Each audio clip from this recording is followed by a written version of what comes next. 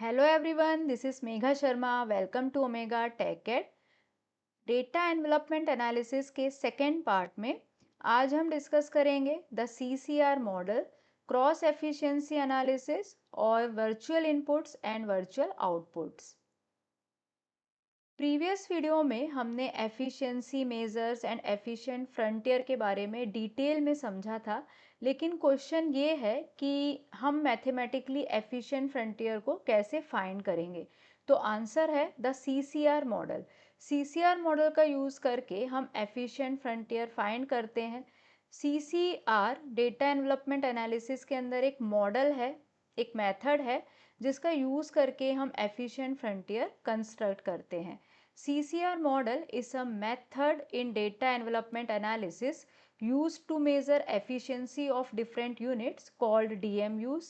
DMU का full form है decision making unit. तो CCR model data envelopment analysis का एक मॉडल है, एक मेथड है जिसका यूज़ करके हम डिफरेंट यूनिट्स की एफिशिएंसी को मेज़र करते हैं। It was developed by Charnes, Cooper and Rhodes. CCR assumes constant returns to scale। इसका मतलब ये हुआ कि अगर इनपुट ज़ीरो है तो आउटपुट भी ज़ीरो होगा, और जैसे जैसे हम इनपुट इंक्रीज करते हैं आउटपुट भी इंक्रीज होता है। If input doubles output also doubles. CCR frontier हमेशा ओरिजिन से स्टार्ट होगा और CCR फ्रंटियर पे जो DMUs होते हैं वो हमेशा एफिशिएंट होते हैं। The CCR model compares all units and identifies the best performer। CCR model जो होता है वो सभी यूनिट्स को कंपेयर करता है और उसमें से बेस्ट परफॉर्मर को आइडेंटिफाई करता है। इसका मेन ऑब्जेक्टिव है maximise efficiency of each DMU compare with best DMUs। अब इसे हम एक एग्जाम्पल से समझेंगे।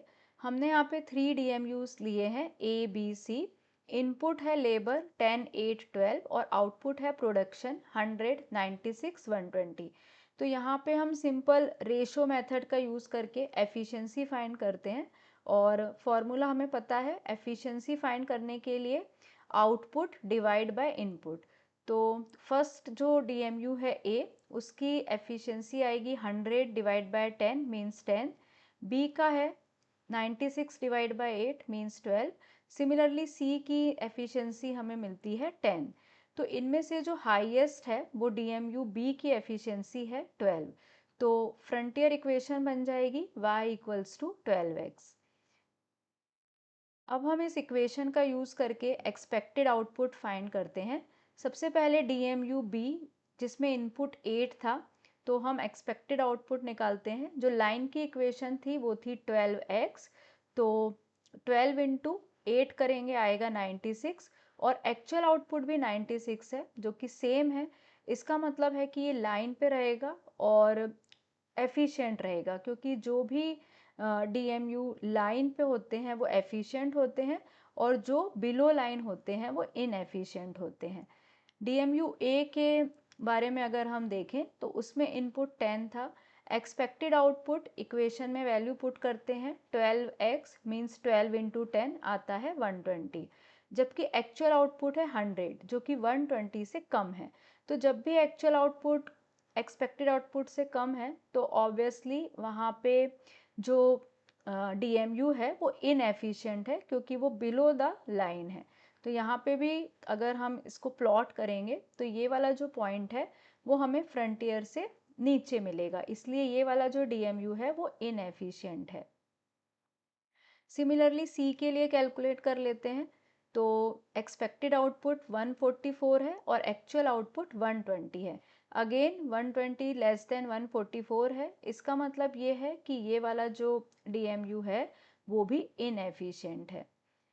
अब इसका अगर हम ड्रॉ करके देखें CCR, तो CCR फ्रंटियर हम देख रहे हैं कि ये ओरिजिन से स्टार्ट होता है, मतलब ये 0, 0 से स्टार्ट हुआ है और सबसे पहले पॉइंट B जो है वो एफिशिएंट है, क्योंकि उसके जो कोऑर्डिनेट्स थे वो थे 8 और 96। तो ये जो है ये लाइन पे है, तो जो भी पॉइंट जो भी DMU लाइन पे होते हैं फ्रंटियर CCR फ्रंटियर पे जो भी DMUs होते हैं वो हमेशा एफिशिएंट होते हैं।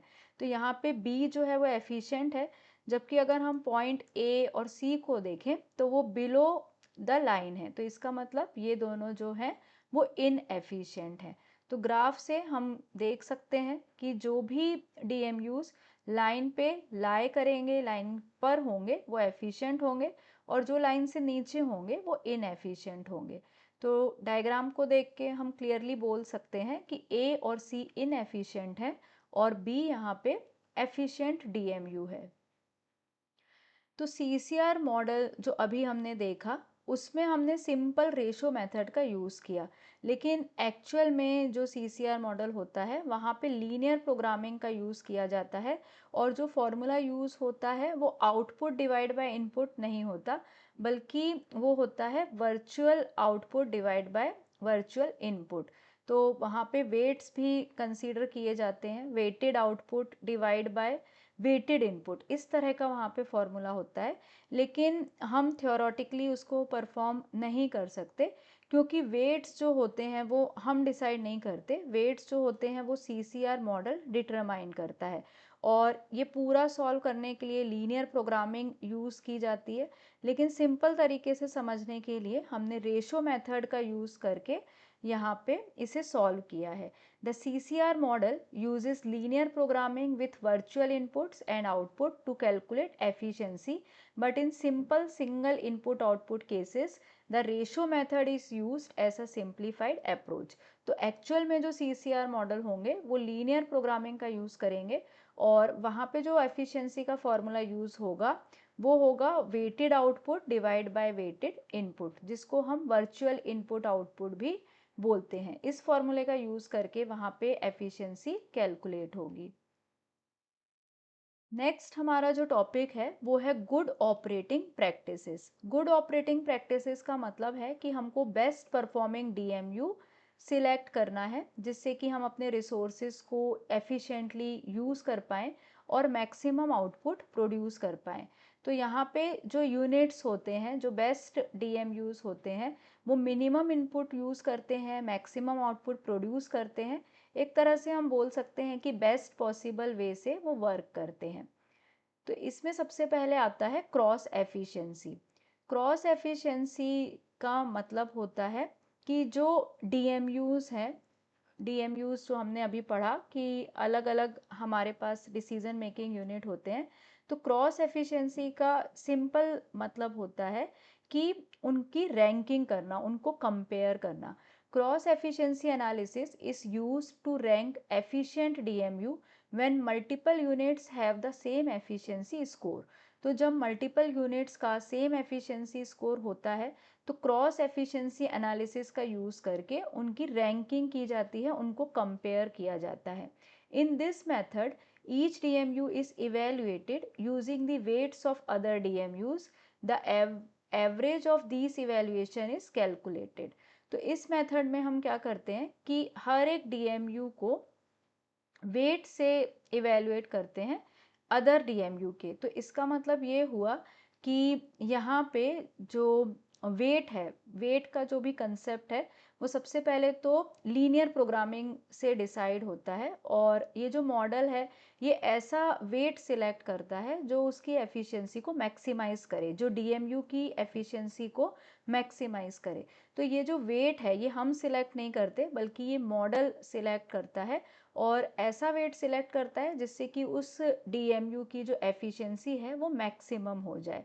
तो क्रॉस एफिशिएंसी में जो भी मेथड यूज़ होती है उसमें हम क्या करते हैं कि DMU को वेट के हिसाब से इवेलुएट करते हैं using the weight of other DMUs। The average of this evaluation is calculate, और उसके बाद जो उसका एवरेज है उसको कैलकुलेट किया जाता है। This helps in comparing and ranking efficient units. तो इससे हमें एफिशिएंट यूनिट्स को कंपेयर करने में, उनकी रैंक डिसाइड करने में मदद मिलती है। नेक्स्ट है virtual input output. Virtual input and virtual output are weighted sums of input and output used in DEA। जैसे अभी हमने पढ़ा कि वर्चुअल इनपुट क्या होता है, वर्चुअल आउटपुट क्या होता है। वर्चुअल का मतलब होता है कि रियल डेटा नहीं है, वहाँ पे वेटेड वर्जन है। मतलब यहाँ पे हम रॉ डेटा और रियल डेटा यूज़ करने की जगह पे weighted version of real data use करते हैं।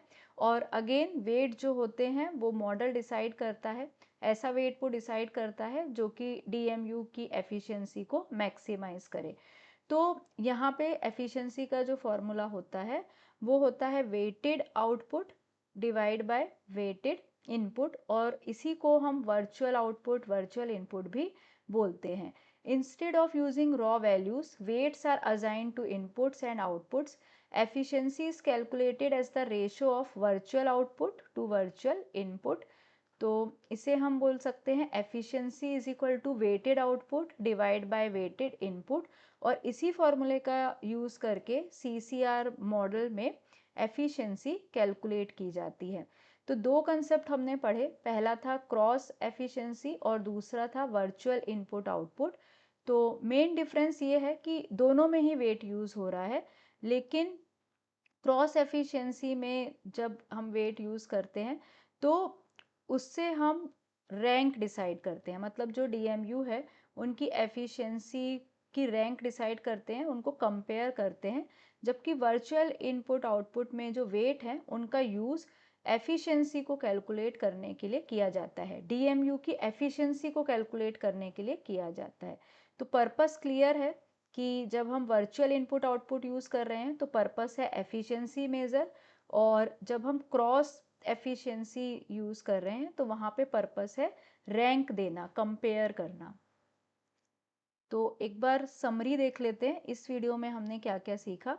सबसे पहले DEA is a method for efficiency analysis and CCR is one of its model used to construct the efficient frontier under constant returns to scale। तो DEA एक method है जहाँ पे हम DMUs की एफिशिएंसी एनालाइज करते हैं कि किसकी एफिशिएंसी बेस्ट है, और CCR एक मॉडल है जिसका यूज़ करके हम एफिशिएंट फ्रंटियर कंस्ट्रक्ट करते हैं under constant returns to scale. उसके बाद हमने पढ़ा कि CCR मॉडल में एफिशिएंसी कैलकुलेट करने के लिए हम जो फॉर्मूला यूज़ करते हैं वो है virtual output divide by virtual input, और इसी को हम एक और नाम बोल सकते हैं weighted output divide by weighted input, where weights are determined using linear programming. And virtual input output uses weights for calculating efficiency, while cross efficiency uses weights for comparing and ranking DMUs. Thank you so much for watching till here. अगर आपको video useful और informative लगी है तो video को like करें, ज़्यादा से ज़्यादा शेयर करें, और अगर आप चैनल पे न्यू हैं, आपने अब तक चैनल को सब्सक्राइब नहीं किया है तो चैनल को सब्सक्राइब करें और वीडियो की सबसे पहले नोटिफिकेशन के लिए बेल आइकन प्रेस करें।